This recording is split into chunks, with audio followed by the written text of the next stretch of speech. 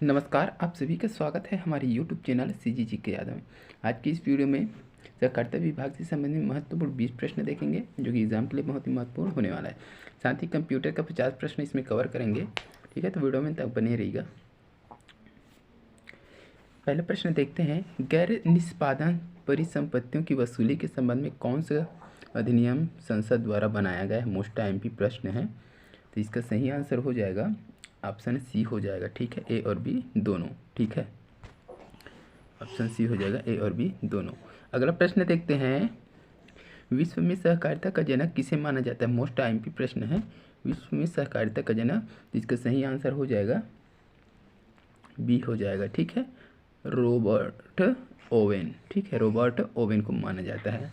ठीक है, अगला प्रश्न दिया है, भारतीय संविधान का अनुच्छेद 43 ख की संविधान संशोधन के तहत संविधान में जोड़ा गया, तो क्या जोड़ा गया है उसको बताना है। इसका सही आंसर हो जाएगा डी हो जाएगा। ठीक है, 57वां संविधान संशोधन 2011 को जोड़ा गया इसके तहत, तो भारतीय अनुच्छेद 43 ख के तहत। ठीक है, अगला प्रश्न देख लेते हैं। अगला प्रश्न है, प्राथमिक कृषि साख समिति की डिजिटाइज करने हेतु केंद्र परिवर्तित योजना में केंद्र और राज्य की भागीदारी क्या का अनुपात क्या है? तो इसका सही आंसर क्या हो जाएगा, जल्दी बताइएगा। इसका सही आंसर हो जाएगा बी हो जाएगा, 60:40 है। ठीक है, अगला प्रश्न देखते हैं, कृषकों को सहकारी समितियों के माध्यम से निम्न में से किस प्रयोजन द्वारा अल्पकालीन ऋण शून्य ब्याज दर में नहीं उपलब्ध कराया जाता? कौन सा ब्याज दर में नहीं उपलब्ध कराया जाता उसको पूछा गया है, तो इसका सही आंसर हो जाएगा ऑप्शन बी हो जाएगा। ठीक है, गौ पालन हेतु शून्य ब्याज दर में उपलब्ध नहीं कराया जाता। बाकी यह उद्यानिकी, मत्स्य और कृषि, इसके लिए बिना ब्याज का ऋण प्रदान किया जाता है। ठीक है, अगला प्रश्न देखते हैं, वर्ष 2021-22 में अल्पकालीन कृषि ऋण वसूली का प्रतिशत क्या है? तो इसका सही आंसर हो जाएगा ऑप्शन बी हो जाएगा, 78.55%। अगला देख लेते हैं, छत्तीसगढ़ सहकारी सोसाइटी नियम 1962 को अब तक कितनी बार संशोधित किया जा चुका है? तो इसका सही आंसर हो जाएगा बी हो जाएगा, 10 बार। ठीक है, 1962 को कितने बार? 10 बार। ठीक है, इसको याद रखिएगा। अगला प्रश्न देख लेते हैं, वर्ष 2022 का ठाकुर प्यारेलाल सिंह सम्मान निम्न में से किसे दिया गया है? तो इसका सही आंसर हो जाएगा ऑप्शन डी हो जाएगा। ठीक है, श्री अशोक अग्रवाल को। ठीक है, अगला प्रश्न देखते हैं,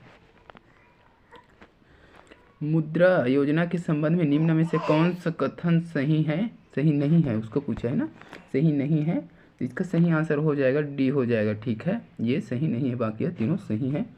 अगला प्रश्न देखते हैं, अटल पेंशन योजना के तहत वह न्यूनतम आय जब लाभार्थी को पेंशन मिलना शुरू हो जाएगा, कम से कम कितने वर्ष होने के बाद ही पेंशन मिलना शुरू होगा उसको पूछा है। इसका सही आंसर हो जाएगा बी हो जाएगा, 60 वर्ष के बाद। ठीक है, 60 वर्ष से पेंशन मिलना शुरू हो जाएगा। अगला प्रश्न दिया है, नाबार्ड की स्थापना निम्न में से किस पंचवर्षीय योजना के तहत या दौरान हुआ है? ये मोस्ट टाइम की प्रश्न है, इसको अच्छे से देख लीजिएगा। ठीक है, तो इसका सही आंसर हो जाएगा बी हो जाएगा। ठीक है, 6वीं पंचवर्षीय योजना के तहत नाबार्ड की स्थापना की गई है। अगला प्रश्न दिया है, नाबार्ड द्वारा सहकारी बैंकों को दी जाने वाली पुनर्वित्त सहायता के अंतर्गत निम्न में से किस बैंक को नाबार्ड ने वर्ष 2021-22 में 500 करोड़ रुपए की प्रत्यक्ष पुनर्वित्त सहायता उपलब्ध कराई है? तो इसका सही आंसर हो जाएगा ऑप्शन सी हो जाएगा। ठीक है, जिला सहकारी बैंक रायपुर को। अगला प्रश्न देखते हैं, लाभ हानि खाते के डेबिट पक्ष में निम्न में से कौन सा व्यय नहीं दिखाया जाता? इसका सही आंसर हो जाएगा ऑप्शन बी हो जाएगा। ठीक है, पूंजीगत व्यय को नहीं दिखाया जाता। अगला प्रश्न दिया है, निम्न में से कौन चालू संपत्ति के अंतर्गत आता है? चालू संपत्ति के अंतर्गत इस प्रकार का प्रश्न अक्सर एग्जाम में देखने को मिलता है, तो इसका सही आंसर हो जाएगा सी हो जाएगा, रोकड़ चालू संपत्ति के अंतर्गत आता है। अगला प्रश्न देखते हैं, ऐसा दायित्व जो व्यापारिक संस्था को अपने मालिक को लौटाना शेष होता है उसे निम्न में से क्या कहा जाता है? तो इसका सही आंसर क्या हो जाएगा? इसका सही आंसर हो जाएगा ए हो जाएगा, पूंजी कहा जाता है। अगला प्रश्न दिया है, चिट्ठे के संबंध में कौन सा कथन सही नहीं है? चिट्ठे के संबंध में ना, इसका सही आंसर हो जाएगा ऑप्शन सी हो जाएगा। ठीक है, ऑप्शन सी हो जाएगा। चिट्ठे के दो पक्ष होते हैं, दायां और दायित्व, जबकि बाईं ओर संपत्ति लिखी होती है। ये क्या है? सत्य नहीं है। बाकी ये तीनों सही है। ठीक है, अगला प्रश्न देख लेते हैं। समस्त चालू संपत्ति के योग को निम्न में से क्या कहा जाता है? तो समस्त चालू संपत्ति होता है, उसका योग जो होता है उसको क्या कहा जाता है?